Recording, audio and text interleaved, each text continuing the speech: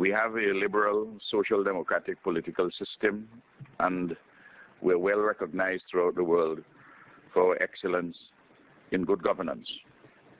We are on target in achieving the Millennium Development Goals, but we have some serious challenges and we have had some setbacks.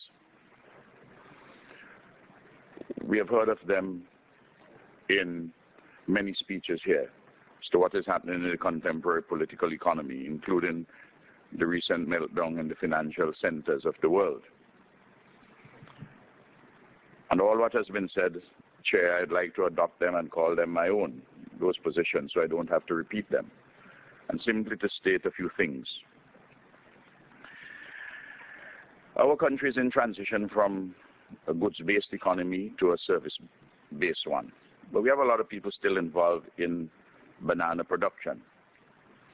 Surely, small farmers on the hillsides and undulating slopes of our country are deserving of a special place in the international trading system. We can't put thousands of people on the breadline, and we're having problems with the increase in poverty in the rural areas because of the challenges to the preferential banana regime in Europe by some Latin American countries and by the United States of America, interestingly, which doesn't produce one single bunch of bananas. So we have that challenge, and surely we must be able to carve out for essentially de minimis producers a place.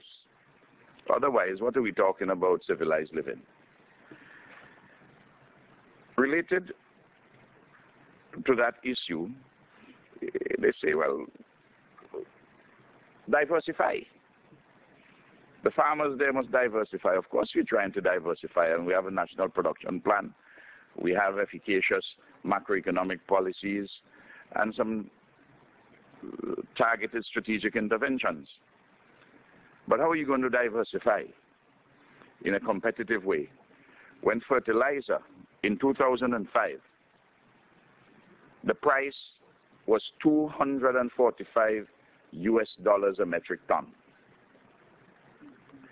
In June this year, it was $998 a metric ton.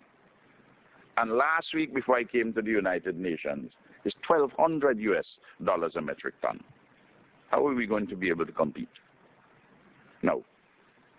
We have problems with infrastructure, and we need assistance. And I really don't want to give horses in the mouth. And we have been receiving assistance, but frankly speaking, from some of the developed countries, the European Union, for instance, there's a lot of money theoretically. To draw it down is like going to your dentist and have your teeth pulled without anesthetic. It's a very painful exercise, and you go through a whole labyrinthine of procedures.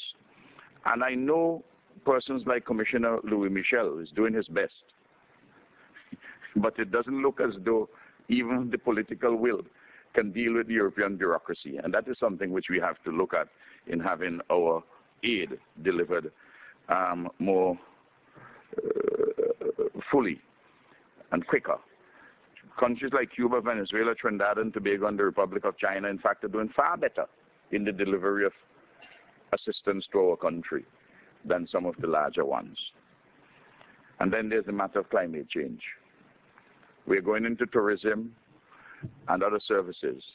And if global warming is giving us more hurricanes, destroying the corals, we're having difficulties.